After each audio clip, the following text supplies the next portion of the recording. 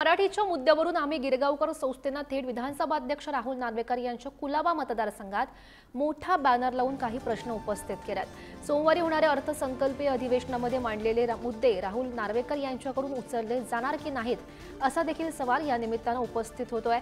दरम्यान याचा आढावा घेतलाय आमचे प्रतिनिधी रिद्देश हातिम यांनी। बघूयात।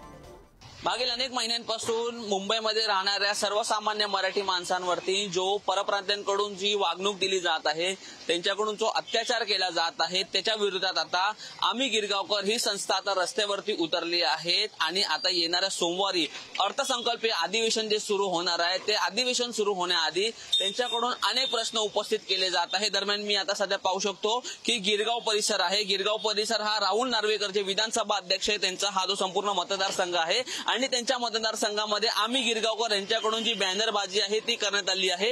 या बॅनरमध्ये अनेक प्रश्न उपस्थित केले आहे। आपण जर पाहू शकतो की सोमवारपासून जो अर्थसंकल्पीय अधिवेशन होणार आहे त्या अधिवेशन दरम्यान काही जे प्रश्न विचारण्यात आले आहे या बॅनरवरती, ते बॅनर वरती जे प्रश्न जे उत्तर राहुल नार्वेकर यांच्याकडून अर्थसंकल्पीय अधिवेशन दरम्यान उपस्थित केले जाणार की नाही हे देखील पाहणं महत्त्वाचं असणार आहे। आपण पाहू शकतो भव्य मोठं बॅनर हे ठाकूरद्वार हा जो चौक आहे चौकात हा बॅनर लावण्यात आला आहे। या बॅनरवरती आपण जर पाहिलं तर आम्ही गिरगावकर यांच्याकडून हा बॅनर लावण्यात आला आणि या अर्थसंकल्पीय अधिवेशन दरम्यान हे जे प्रश्न आहे जे आम्ही गिरगावकरांकडून जे उपस्थित केले आहे त्या प्रश्नांची उत्तर राहुल नार्वेकर यांच्याकडून देण्यात येणार की नाही हे देखील पाहणं मात्र येणाऱ्या सोमवारी तितकंच महत्त्वाचं असणार आहे।